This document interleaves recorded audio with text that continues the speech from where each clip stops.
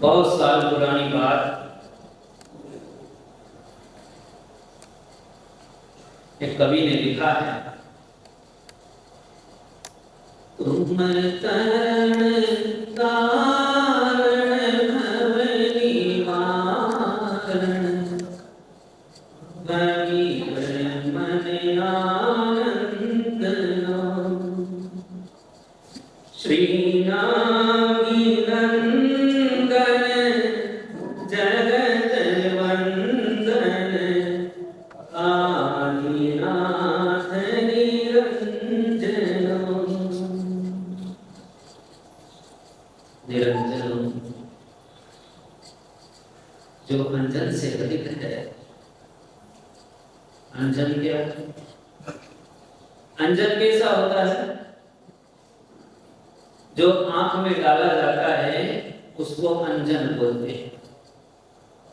कैसा होता है ये? काला होता है।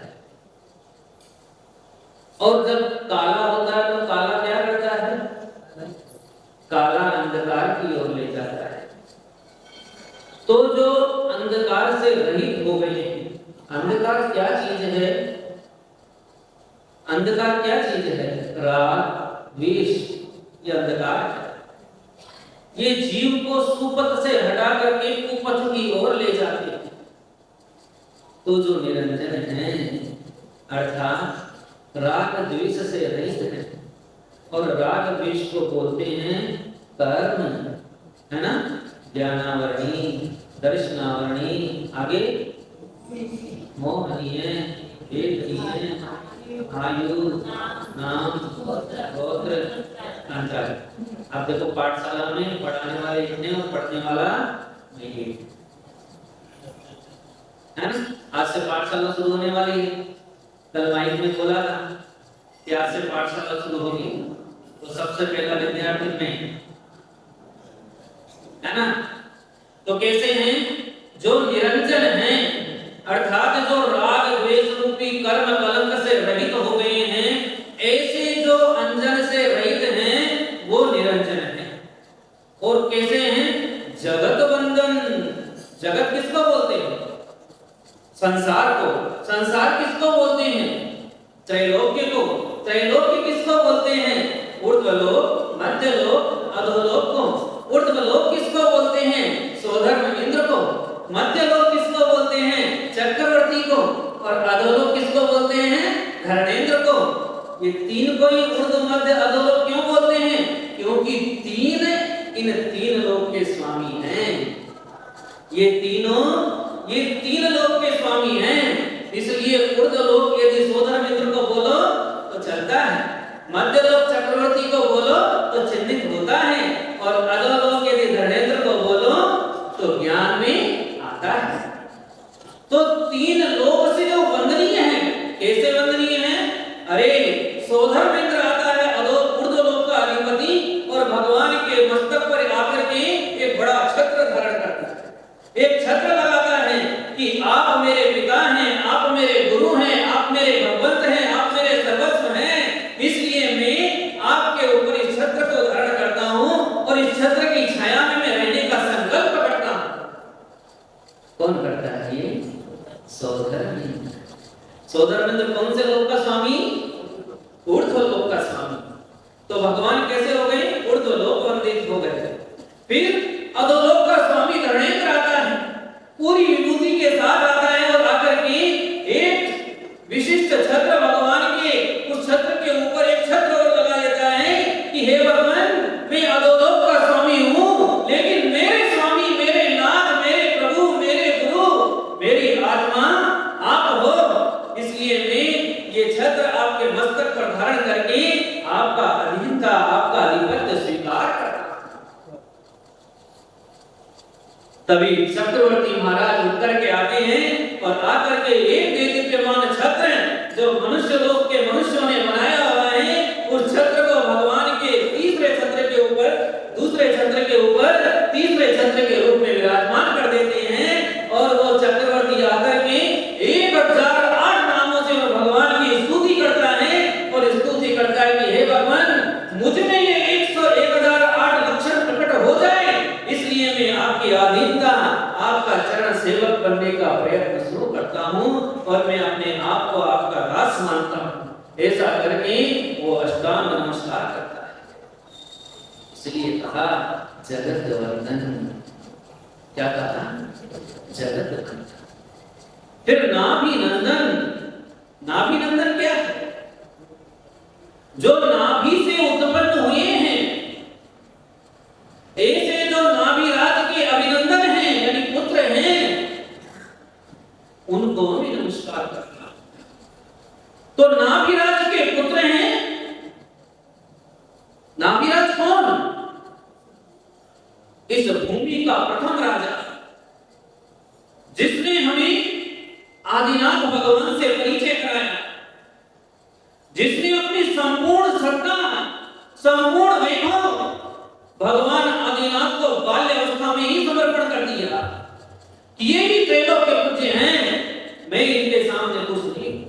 सब कुछ सर्वस्व होते हुए भी अपना सब कुछ आदिनाथ भगवान जो उनका पुत्र था, उनके चरण में अपना सब कुछ वैभव समर्पित कर दिया। जो नाभि के द्वारा भी पूजित हैं, ऐसे नाभि के पुत्र श्री आदिनाथ को मैं नमस्कार करता हूं। भविक मन आनंदमो।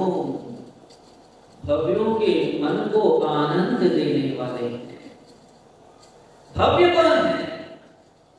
भव्य कौन है?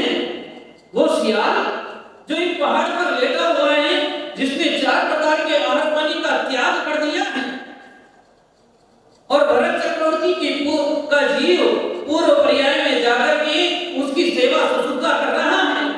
क्या वो सियाल वो भव्य है? या वो सियाल भव्य है जिसने मुनिराज के दर्शन करके रात्रि पानी का त्याग कर दिया है, रात्रि भोजन का त्याग कर दिया है, वो भव्य है?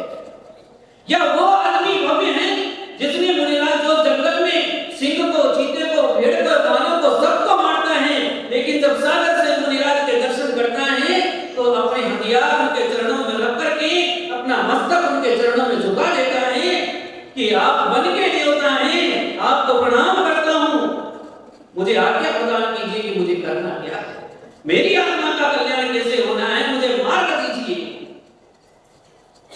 वो भव्य है या आप भव्य हो? कौन भव्य है? इस संसार का वो प्रत्येक प्राणी भव्य है जिसने नमोकार मंत्र पर श्रद्धा की है, जिसने नमोकार मंत्र पर श्रद्धा की है, जिसने एक बार मुनिराज की अंजलि में एक बूंद पानी का दिया है, जिसने एक ग्रास मुनिराज की अंजलि में दिया है और जिसने एक बार मुनियों के आहार की अनुमोदना की है, वो सारे के सारे प्राणी भव्य हैं।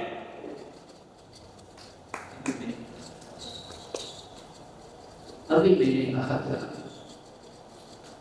पारसोला पवित्र तीर्थ भूमि की जय हो। आप लोग सोचने लग गए, विचार करने लग गए कि पारसोला तीर्थ कैसे? पारसोला का तो नाम ही नहीं है तीर्थों की भूमि में, इसको वंदना कैसे हो गई? ये वंदना को प्राप्त कैसे हो गया? ये त्रैलोकी में पूज्य कैसे हो गया? ऐसा क्या हो गया उस भूमि पर जो महाराज जी इसकी वंदना कर रहे हैं? इतने दिन हो गए, गुरु महाराज इतने दिन पहले हो गए, कभी नहीं बोला कि पारसोला तीर्थ भूमि की जय हो। आज ऐसी क्या चमत्कार हो गया, इस भूमि से ऐसा कौन सा रत्न प्रकट हो गया कि ये भूमि वंदनीय हो गई। आप सब लोगों को आश्चर्य होगा। अपने दोनों कान खुले रखना, लेकिन मुंह बंद रखना। कारण क्या है कि मुंह में से, कान में से उपदेश जाता, मुंह में से बाहर निकल जाता तो अंदर कुछ जाता नहीं। ये ऐसी बात है जो आज तक आपको नहीं मालूम, वो बात मैं आपको बताने जा रहा हूं। आपका रोम रोम पुलकित हो जाएगा। असंख्यात प्रदेशी आत्मा, गुरुदेव ने सुबह बताया हमको कि आत्मा असंख्यात प्रदेशी है, इसका एक एक प्रदेश पुलकित हो जाएगा। चेहरे की उदासी रूपी जो कमल है, ये भव्य कमल बन जाएगा, खिल जाएगा।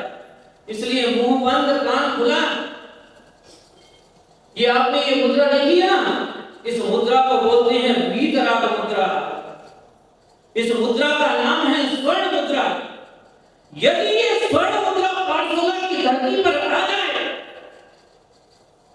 तो क्या होगा?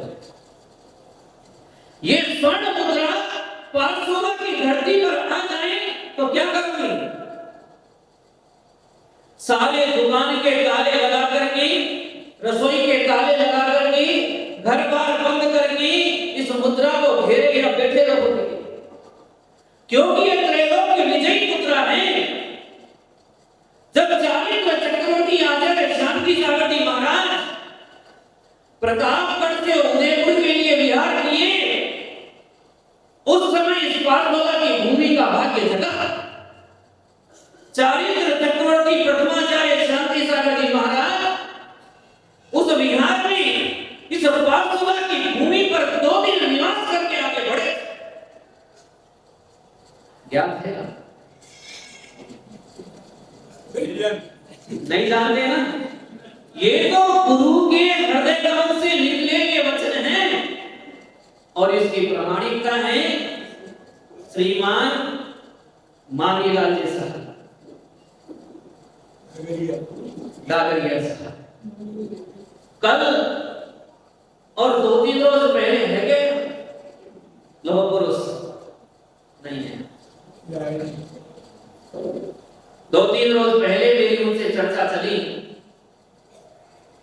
तब बातों में उनके मुख से निकला कि आचार्य शांति सागर जी महाराज जब इधर से निकले थे उदयपुर के लिए प्रतापगढ़ चातुर्मास के बाद, तब 1 या 2 दिन के लिए इस पाठशाला की भूमि में निवास किया था।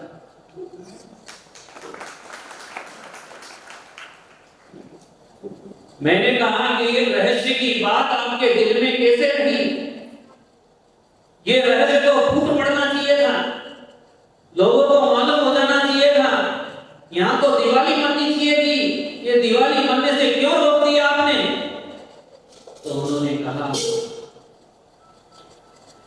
मेरे भीतर दिवाली 9 साल पहले बनी थी, उसके पहले मुझे भी नहीं मालूम था। एक दिन भगवान परशुनाथ की पूजा कर रहे थे, उस पूजा करने के अंतराल में जब चारित्र चक्रवर्ती आचार्य शांति सागर जी महाराज की पूजा की, तो उनके साथ में इस ग्राम के कोई श्रेष्ठी जन बैठे हुए थे, जिनका नाम मेरी स्मृति से निकल गया है, जो वृद्ध पुरुष थे। उन्होंने कहा अरे ये महाराज अपने ग्राम में आए थे। अपने ग्राम में आए थे? कब आए थे? अरे अपने ग्राम में आए थे और तुम्हारे मकान की मेड़ी पर पाठशाला चलती थी, उस पाठशाला में उनका 2 दिन का निवास रहा। ये सुनकर के उनका मन मयूर नाचने लग गया और पूजा जिस भाव से होनी थी उससे सैकड़ों गुना ज्यादा भाव से उन्होंने उस आध्यात्मिक पुरुष की पूजा की। सौभाग्यशाली हैं आप लोग कि आपको उस धरती को वंदन करने का मौका मिला है। सौभाग्यशाली हैं आप लोग कि आप उस भूमि पर निवास करते हैं जिस भूमि पर अक्षीण रिद्धि के धारी चारित्र चक्रवर्ती आचार्य शांति सागर जी महाराज जैसे महापुरुष के चरण पड़े। कल मैं गया था मेड़ी में, बहुत देर रुका, उस मिट्टी की खुशबू सूंघी, उस धरती को प्रणाम किया, जिस जगह बैठे थे उस जगह पर मस्तक टिकाया, नमोकार की जाप की, शांति सागर जी महाराज जी का स्मरण किया और बहुत सारी संवेदनाएं लेकर के गुरु के चरण में ये प्रसाद रख दिया कि भगवान मैं इतने साल से, इतने महीने से नहीं समझ पा रहा था कि ये शताब्दी महोत्सव यहाँ क्यों हो रहा है, ये क्यों हो रहा है यहाँ पर। ये मुखड़ों का कमाल है कि इनकी भक्ति का कमाल है कि कोई और कारण है? न तो आपकी भक्ति का कमाल है, न ये खिले हुए मुखड़ों का कमाल है, ये तो इस भूमि की पवित्रता का कमाल है कि उनके चरण रज से पवित्र हुई भूमि ये इतिहास दोहराना चाहती थी जो आज से कई साल पहले इस भूमि पर हुआ था। जब चारित्र चक्रवर्ती चक्रवर्ती आचार्य शांति सागर जी महाराज इस भूमि पर आए, तब आपके पूर्वज लोग उनको लेने के लिए इस गांव के उस नुक्कड़ तक गए थे जहां एक मोड़ आता है, और वहां से लेकर के आए। और जगह जगह, अभी तो आप स्टील की थाली निकालते हैं, उस समय चांदी की थालियों में पात्र प्रक्षाल किए थे। ये मिट्टी की मकान में चांदी की थाली कहां से आई मुझे मालूम नहीं, लेकिन किया था। और उस समय जो आपके श्रेष्ठी जो लोग थे, ये पगड़ी वाले लोग यहाँ रहते थे, उन्होंने पगड़ी रख रख करके आचार्य जी के चरण तले पगड़ी रख रख करके उनसे सैकड़ों आशीर्वाद मांगे कि हे गुरुदेव, आपका महात्म्य सुना है कि जिस घर में आपका आगमन होता है वो घर अक्षीण रिद्धि से भर जाता है। जिस घर में आपका आगमन होता है, चक्रवर्ती की सेना भी यदि उस घर में आग करे तो आग कम नहीं पड़ता है। आज भव्यों के भाग्य से आपके चरण इस भूमि पर पड़े हैं। हम ये पगड़ी अपने माथे का ताज आपके चरणों में रखकर आपसे भिक्षा मांगते हैं कि हमारी जो पार्षनाथ भगवान है, इनकी कृपा सदैव हमारे ऊपर बरसती रहे। ये आशीर्वाद आपके पूर्वजों ने चारित्र चक्रवर्ती आचार्य महाराज से मांगा। समय बदला, आशीर्वाद फलीभूत हुआ, और आज पहले तो एक दो घर में थाली थी, आज तो हर घर में सोने की थाली है। ये देन है तो चारित्र चक्रवर्ती आचार्य शांति सागर जी। जब से मैंने सुना है तब से मेरे चित्त में यही घूमता रहता है कि महाराज यहाँ कैसे आए थे, लोगों ने कैसे पूजा की थी, उन्होंने यहाँ सामाई कैसे करी थी, प्रतिक्रमण कैसे किया था, इस मंदिर में दर्शन कैसे किए थे, आप लोगों को आशीर्वाद कैसे दिया था, इन लोगों ने नमोस्तु कैसे किया था, ये महिलाओं ने अपनी आंचल उनके आगे कैसे बिछाया था। ये सारे के सारे प्रश्न मेरे दिमाग में घंटों से घूम रहे हैं, घंटों से घूम रहे हैं। मेरे मांगीलाल जी को बुलाया, मैंने कहा मैं बहुत बेचैन हो रहा हूं, मेरी बेचैनी शांत करो। तो वो तो इधर चरणों में आकर के बैठ गए कि महाराज जी मैं जानता नहीं कुछ भी, ये जाने आप जानो, आप जाने और आप जानो। मैं तो जो बात बताई जो मैंने सुनी आपके सामने, इतिहास कभी लुप्त नहीं होता, कहीं न कहीं किसी न किसी स्रोत से वो इतिहास निकल करके आता है। एक स्रोत बाकी था, उसने ये इतिहास मांगीलाल जी गागरिया साहब को बताया, और उन्होंने अपने हृदय के खजाने में रखा हुआ इतिहास गुरुदेव के सामने प्रकट किया। धन्य है ऐसे पुरुष जो ऐसे चारित्रवान जीवों के इतिहास को अपने हृदय के आंगन में सुरक्षित रखते हैं, और जब समय आता है उस इतिहास को बताते हैं। तुम तरण कारण, तुम तरण कारण, तरण कारण कौन? नाभिनंदन आदिनाथ निरंजन। ये जो आदिनाथ भगवान है, ये कैसे हैं? तरण कारण है। तरण कारण का मतलब क्या होता है? जो स्वयं तिरे और दूसरों को तारे, उसको बोलते हैं तरण कारण। पिछले 700 वर्ष का इतिहास, पिछले 700 वर्ष का इतिहास अपने दिमाग में खोजो कि चारित्र चक्रवर्ती शांति सागर जी महाराज के पूर्व का इतिहास क्या है। चारित्र चक्रवर्ती आचार्य शांति सागर जी महाराज के पूर्व 700 वर्ष तक इस भूमि पर जैतु शासन बोलने वाला कोई व्यक्ति था, कोई जिह्वा थी, कोई मस्तिष्क था या नहीं? कि भगवान पार्श्वनाथ को नमस्तु करने वाला कोई व्यक्ति इस भूमि पर था कि नहीं। चारित्र चक्रवर्ती आचार्य शांति सागर जी महाराज के 1924 में आचार्य पद पर प्रतिष्ठित होने के पहले ये भारतवर्ष अंधकार में था। बनारसी दास जी जैसे अनेक विद्वानों ने अपनी जीवन कथा में लिखा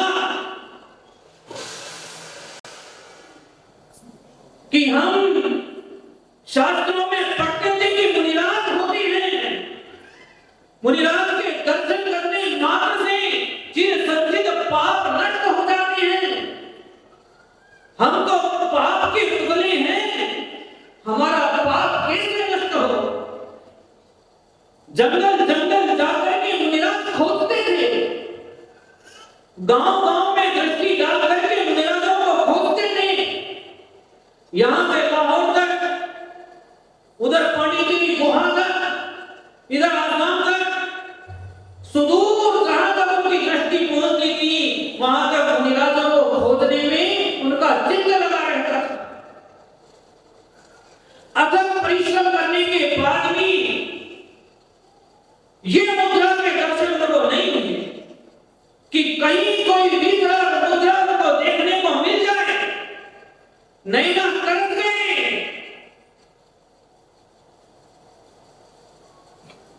हृदय रूपी सिंहासन पे पत्थर रख दिया और कमरा बंद करके अपने कपड़े निकाल करके कोने में रख दिए और कमरे में रखने के बाद अपने कमरे में विचरण करके देखते हैं, अपने दोस्त से पूछते हैं कि भाई तू मुझे देख के बता कि मुनिराज ऐसे ही होते हैं क्या। वो दोस्त क्या बोले? वो बोले भाई मैंने मुनिराज नहीं देखे, मैं कैसे बताऊं कि मुनिराज कैसे होते हैं। उनका मित्र अपने वस्त्र उतारता है और उतार करके उस भवन में ढूंढता है और पूछता है कि भाई बनारसी दास तू बता कि मुनिराज क्या ऐसे होते हैं। तो बनारसी दास जी की आंख में आंसू आ जाते हैं और रोने लग जाते हैं। वो बोलते हैं मेरा कहां पुण्य कर्म का उदय कि मैं बोल दूं कि मुनिराज ऐसे होते हैं, कि मैं बोल दूं कि मुनिराज ऐसे होते हैं।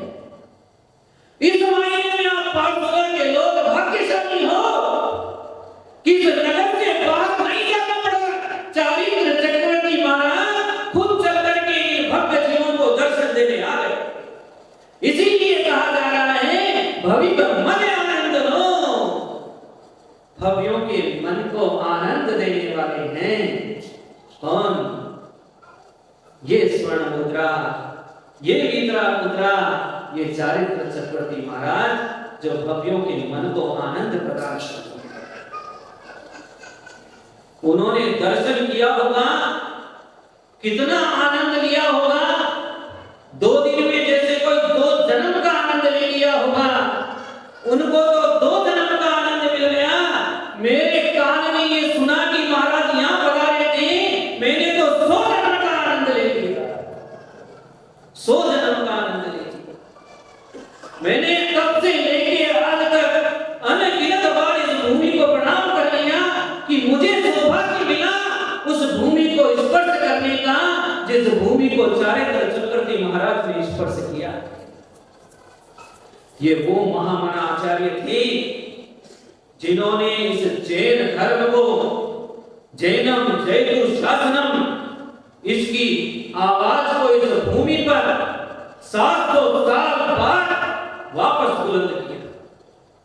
इस धरा पर रहने वाले लोग महावीर जयंती मनाते थे, लेकिन भगवान महावीर की जय नहीं बोलते।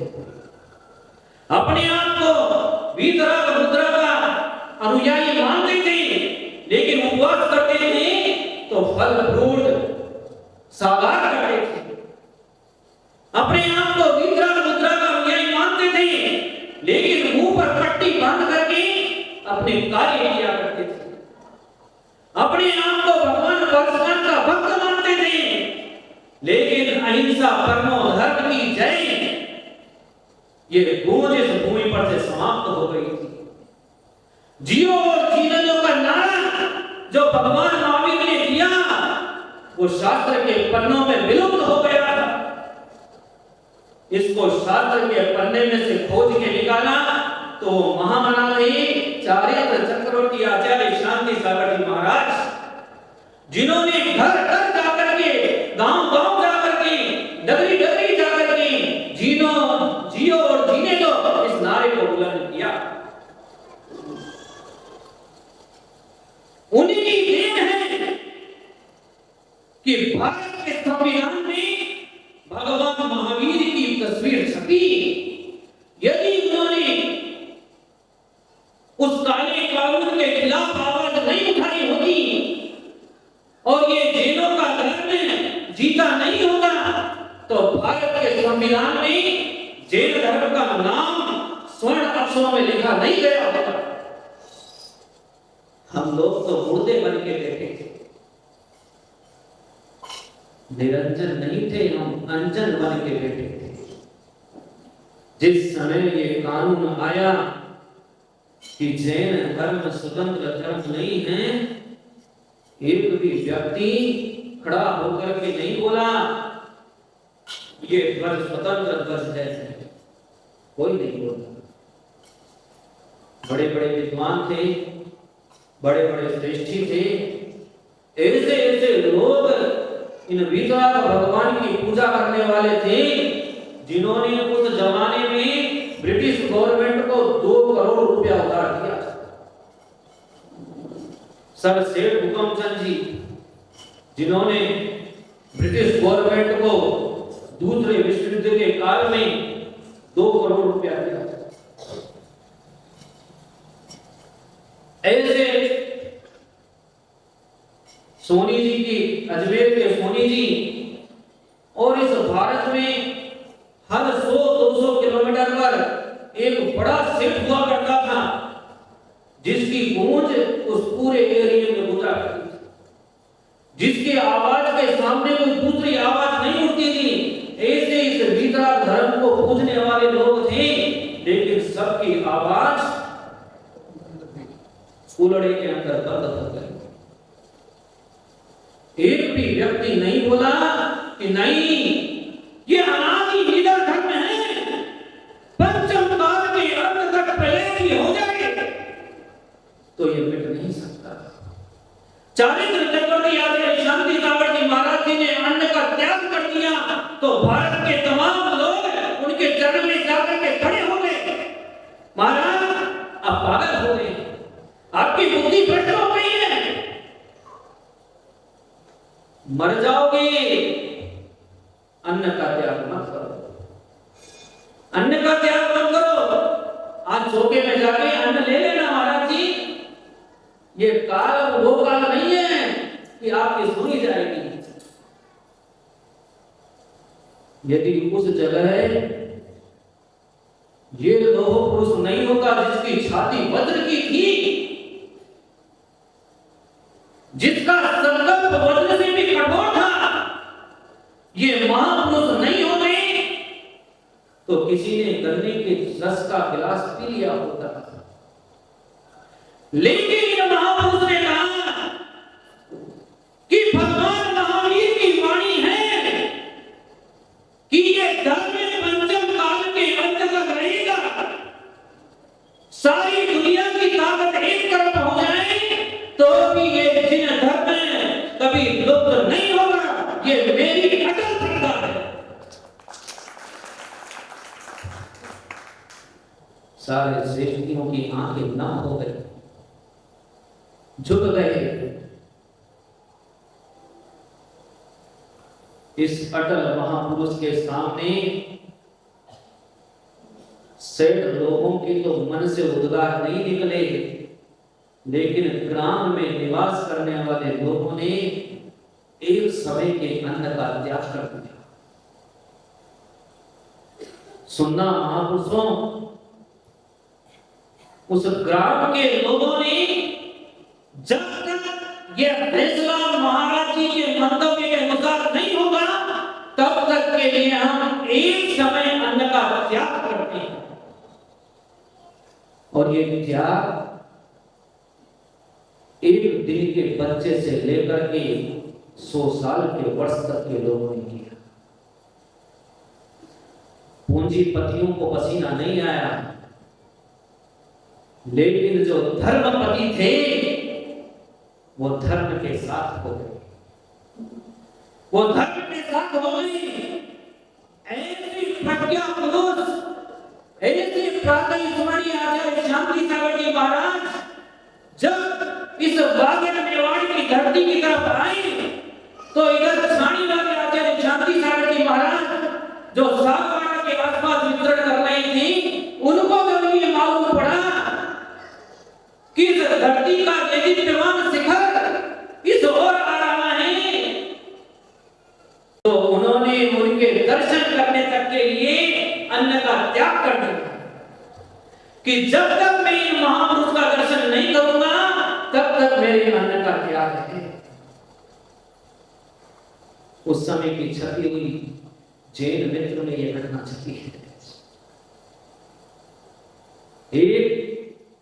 एक वीतराग मुद्रा को ध्यान में रखने वाला दूसरे वीतरागी को आता हुआ देख करके पुलकित हो रहा है, नाच रहा है, उमंग उठ रही है और प्रतिज्ञा ली है। ये प्रतिज्ञा इसलिए ली है कि मुझे उनका दर्शन होगा ही होगा।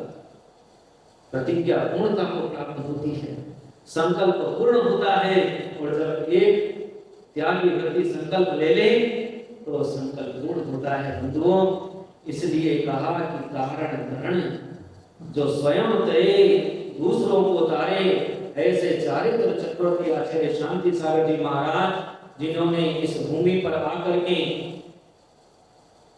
एक व्यक्ति ने अपने लेख में लिखा है कि महाराज जी ने उस समय 2000 संयमी जीव बनाए।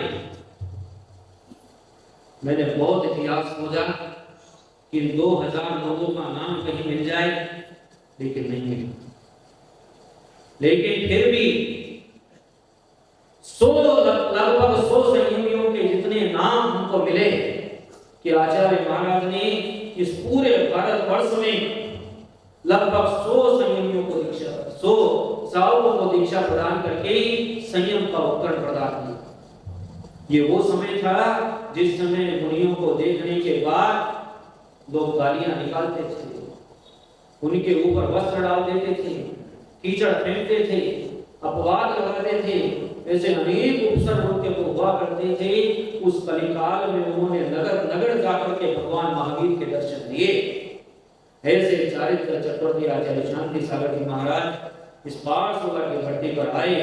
हम सौभाग्यशाली हैं कि हमको भी इस धरती को वंदना करने का अवसर प्राप्त हुआ।